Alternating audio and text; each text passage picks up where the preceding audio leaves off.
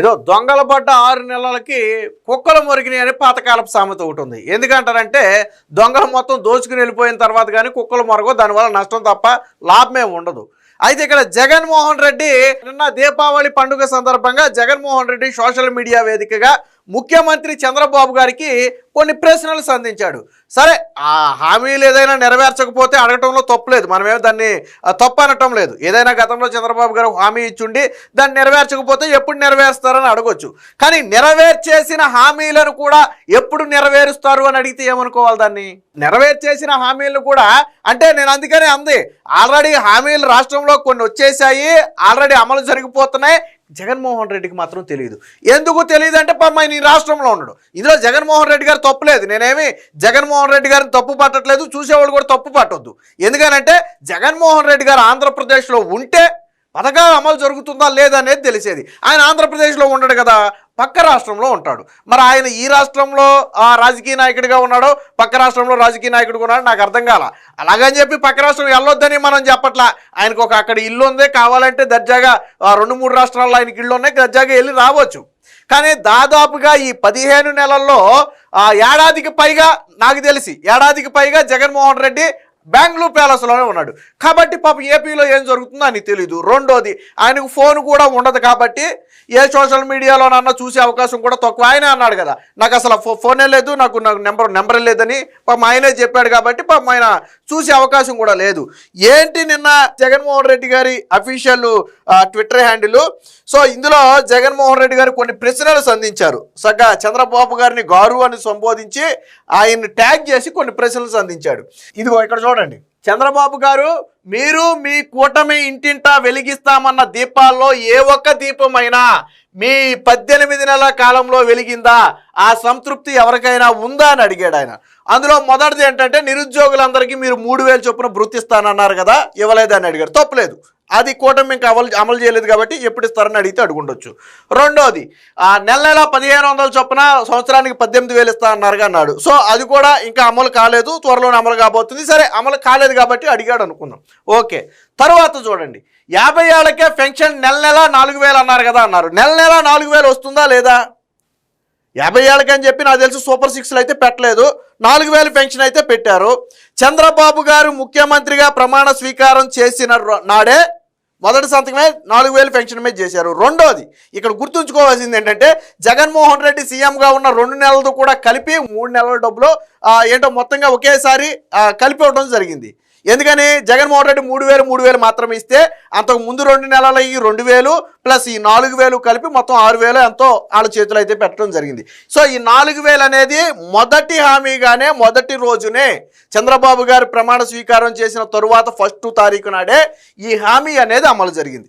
మరి జగన్మోహన్ రెడ్డికి తెలుసో లేదో పాపం తెలియక అడిగినట్టున్నాడు 4,000 గురించి, అది పక్కన పెడదాం.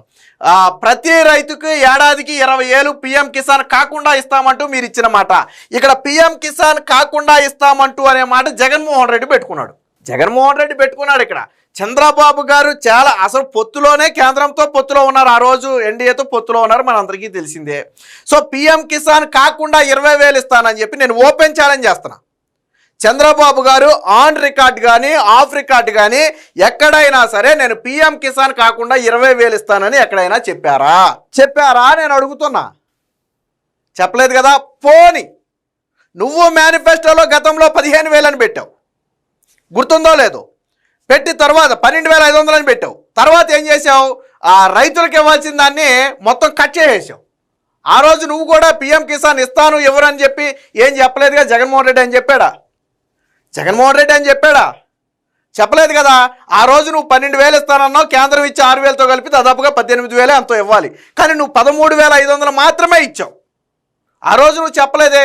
మరి ఈ రోజు చంద్రబాబు గారు కూడా అన్నదాత సుఖీభావ కింద 20,000 ఇస్తామన్నారు. అన్న మాటకు కట్టుబడి ఆల్రెడీ మొదటి విడత డబ్బులు పడిపోయినాయి, రెండో విడత డబ్బులు త్వరలోనే పడిపోబోతున్నాయి. సో కాబట్టి అది కూడా అయింది. మరి నీ కంటికి ఎందుకు కనపడలేదో నాకు అర్థం కాల. ఇక మూడోది, ఎంతమంది పిల్లలున్నా పిల్లలందరికీ ప్రతి ఒక్కరికి ఏటా 15,000 ఇస్తా అన్నారు. మరి ఇచ్చారా లేదా నాకు అర్థం కాల. ఎంతమంది పిల్లలు ఉంటే అంతమందికి పడ్డాయా లేదా ఈ వీడియో చూసి వాళ్ళు చెప్పాలి. ఎందుకంటే మీ ఇళ్లలో కూడా పిల్లలు చదివే వాళ్ళు ఉంటారు కాబట్టి మీ అందరికి పడియా లేదా?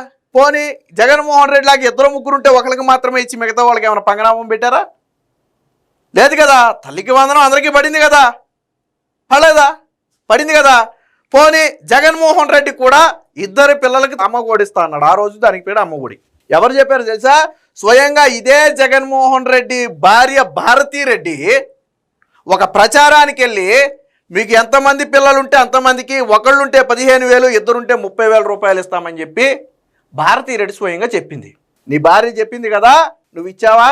పోనీ లేదు 13,000 కదా కూటమి ఇచ్చిందని మీరు అంటే మీరెంత ఇచ్చారు? మీరు చెప్పింది కూడా 15,000, ఒకళ్ళు ఇద్దరు పక్కన పెడదాం. ఎంత ఇచ్చారు? 13,000. ఈరోజు కూటమి నువ్వు ఏదైతే స్కూల్ మెయింటెనెన్స్ కోసం అని చెప్పి 2,000 రూపాయలు తీసావో అదే విధానాన్ని ఈ ప్రభుత్వం కొనసాగించింది తప్ప కొత్తగా ఏం తీసిరాలా.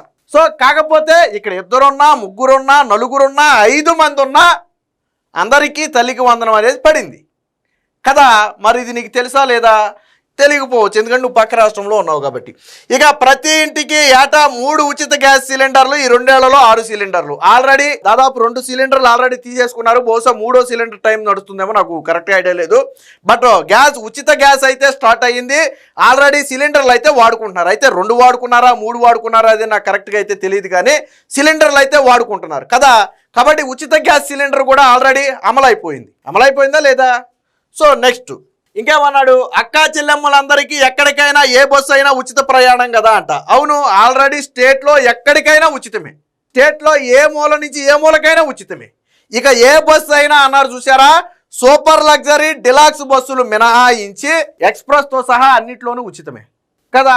ఇప్పుడు సూపర్ లగ్జరీ డిలాక్స్లో దాదాపుగా రోజువారీ 100 మంది ప్రయాణం చేస్తే 75 మంది ఏ బస్సుల్లో అయితే ప్రయాణం చేస్తున్నారో ఆ బస్సులన్నింటిలో కూడా ఫ్రీ. ఇక 25% అన్నారు చూసారా, వీళ్ళు దూరం ప్రయాణించేవారు, ఒక రాష్ట్రం నుంచి మరొక రాష్ట్రానికి ప్రయాణించేవారు. ఫర్ ఎగ్జాంపుల్ ఆంధ్ర నుంచి హైదరాబాద్ వచ్చేవాళ్ళు, లేదా హైదరాబాద్ నుంచి ఆంధ్ర వెళ్ళేవాళ్ళు.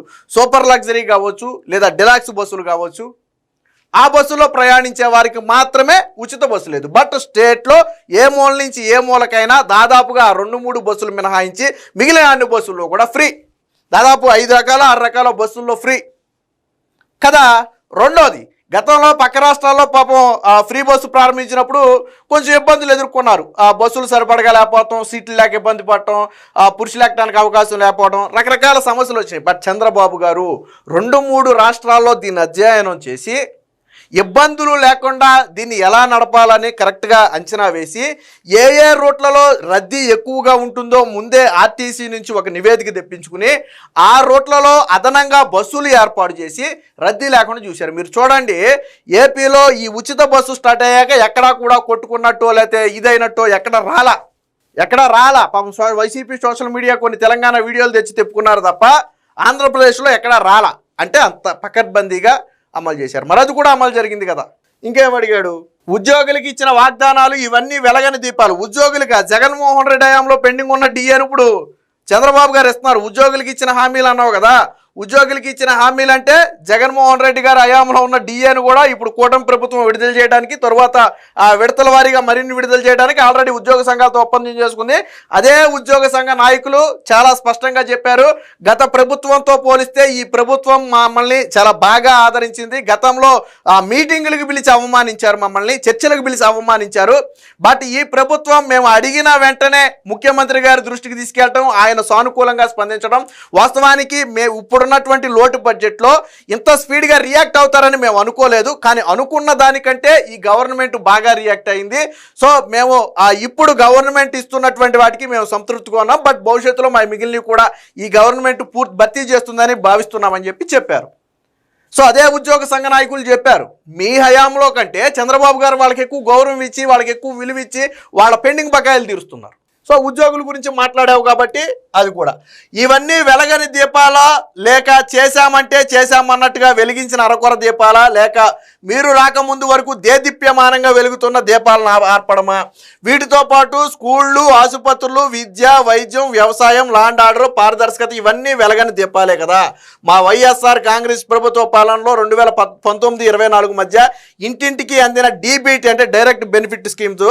సో డీబీటీ అనే ఇంధనం ద్వారా దేదీప్యమానంగా వెలిగిన దాదాపు 30 పథకాలు అనేక దీపాలను 30 పథకాలు అనే దీపాలు మొత్తాన్ని ఆర్పేసి ఇంటంటా నెలకొన్న చీకటికి ప్రతినిధులు అని చెప్పి జగన్మోహన్ రెడ్డి. అంటే మా హయాంలో ఉన్న పథకాలన్నీ కూడా ఆపేశారు అనేది జగన్మోహన్ రెడ్డి. మరి ఆపేసిన 30 పథకాలు ఏంటో కూడా చెబితే బాగుండేది. జగన్మోహన్ రెడ్డి ఇదిగో నేను ఇచ్చాను, చంద్రబాబు నాయుడు ఆపేశాడని 30 ఏంటో చెప్తే బాగుండేది, 30 పథకాలు చెప్తే బాగుండేది. జగన్మోహన్ రెడ్డి గతంలో అన్నా క్యాంటీన్ ఆపేశాడా లేదా? గతంలో జగన్మోహన్ రెడ్డి అన్నా క్యాంటీన్ ఆపేశాడా లేదా? మరి ఆ రోజు కూటమి ప్రభుత్వం అడిగినప్పుడు జగన్మోహన్ రెడ్డి మాట మాట్లాడా? సాధారణంగా ప్రభుత్వాలు వాళ్ళ ప్రయారిటీ ఆధారంగా లేదా వాళ్ళు ఇచ్చిన వాగ్దానాలకు ఆధారంగా పథకాలు అమలు చేస్తారు. సరే 2-3 పథకాలు పోతే 2-3 కొత్తవి వస్తాయి, నేను దాన్ని కాదన్ను. బట్ జగన్మోహన్ రెడ్డి ఏమంటాడంటే 30 పథకాలు ఆర్పేశారు అన్నాడు. ఆ 30 పథకాలు ఏంటి చెప్తే బాగుంటుంది. ఓహో నిజంగానే జగన్మోహన్ రెడ్డి ఇన్ని పథకాలు ఇచ్చాడని మనకు కూడా అర్థం అవుతుంది. అవేవి చెప్పకుండా ఆంధ్రప్రదేశ్లో మనం ఉండకుండా పక్క రాష్ట్రంలో కూర్చుని ఎవరో ఒక రైటర్కి ఇచ్చేసి నా పేజీలో నుంచి ఒక రాసేసాయి అంటే మాడు ముడ్డి మోహం లేకుండా ఇచ్చిన పథకాలేదో ఇవ్వని పథకాలేదో తేడా లేకుండా రాసేసి వేసేసాడు. ఉచిత బస్సు రాలేదా? అన్నదాత సుఖీభవ రాలేదా? తల్లికి వందనం రాలేదా? గ్యాస్ సిలిండర్లు రాలేదా? 4000 పింఛన్ రాలేదా? ఇంకా నువ్వు చెప్పని ఏమున్నాయో తెలిసే. ఇందులో డిఎస్సి ద్వారా ఉద్యోగాలు భర్తీ చేశారు. నువ్వు చేస్తానని చేయని హామీని కూటమి ప్రభుత్వం ఏడాదిన్నరలోనే భర్తీ చేసి ఉద్యోగాలు కూడా ఇచ్చేసింది. ఆల్రెడీ పోస్టింగ్ అయిపోయి వాళ్ళు స్కూల్కి వెళ్ళిపోతున్నారు ఉపాధ్యాయులుగా. దాని గురించి ఎందుకు మాట్లాడాలి నువ్వు? 6100 కానిస్టేబుల్ పోస్టులు భర్తీ చేసింది, దాని గురించి ఎందుకు మాట్లాడాలి నువ్వు? ఈరోజు అనేక ప్రైవేటు కంపెనీల ద్వారా దాదాపుగా 3.5 లక్షల ఉద్యోగాలు ఆల్రెడీ వచ్చినట్టుగా గవర్నమెంట్ చెబుతుంది. మరి దాని గురించి ఎందుకు మాట్లాడాలి నువ్వు? అంటే ఎందుకు మాట్లాడలేదు అంటే జగన్మోహన్ రెడ్డికి తెలియదు. ఇప్పుడు ఆంధ్రప్రదేశ్లో మీరైనా నేనైనా ఆంధ్రప్రదేశ్లో ఉంటే ఓహో ఇది జరిగిందా, ఓహో మహిళలకు ఉచితంగా బస్సు వచ్చిందా, ఓహో మా ఇంటికి గ్యాస్ సిలిండర్ వచ్చిందా, ఓహో మా ఇంట్లో పెద్దవాళ్ళకి 4000 పింఛన్ వచ్చిందా, ఓహో మా ఇంట్లో మా నాన్న రైతు కదా ఆయనకి అన్నదాత సుఖీభవ వచ్చిందా, తెలిసేది. మనం ఇక్కడ ఉన్నాం కదా, పక్క రాష్ట్రంలో ఉంటాం కాబట్టి తెలియదు. ఈరోజు జగన్మోహన్ రెడ్డి పెట్టిన ఈ పోస్టును చూసి వైసీపీ వాళ్ళే బుర్రగొక్కుంటున్నాడు. సరే పెడితే పెట్టాడు, ఇచ్చేసిన పథకాల గురించి ఇవ్వలేదని పెడితే వాళ్ళు కాండ్రించి మొహాన్ని వస్తారు, మనమేడ దుడుచుకునేదని చెప్పి పాపం వైసీపీ వాళ్ళే ఏదైనా జగన్మోహన్ రెడ్డి ఎవడరా దీన్ని మెయింటైన్ చేసి దీని అడ్మిన్ ఎవడరా అని చెప్పి వాళ్ళు కూడా ఇది అయ్యే పరిస్థితి. సో ఈ రకంగా జగన్మోహన్ రెడ్డి ఆ ఆంధ్రప్రదేశ్లో ఉండట్లేదు కాబట్టి ఇక్కడ జరుగుతున్న సంక్షేమం అభివృద్ధి రెండూ కూడా జగన్మోహన్ రెడ్డికి తెలియట్లేదని ఆయన పెట్టిన పోస్టును బట్టి అర్థమవుతుంది.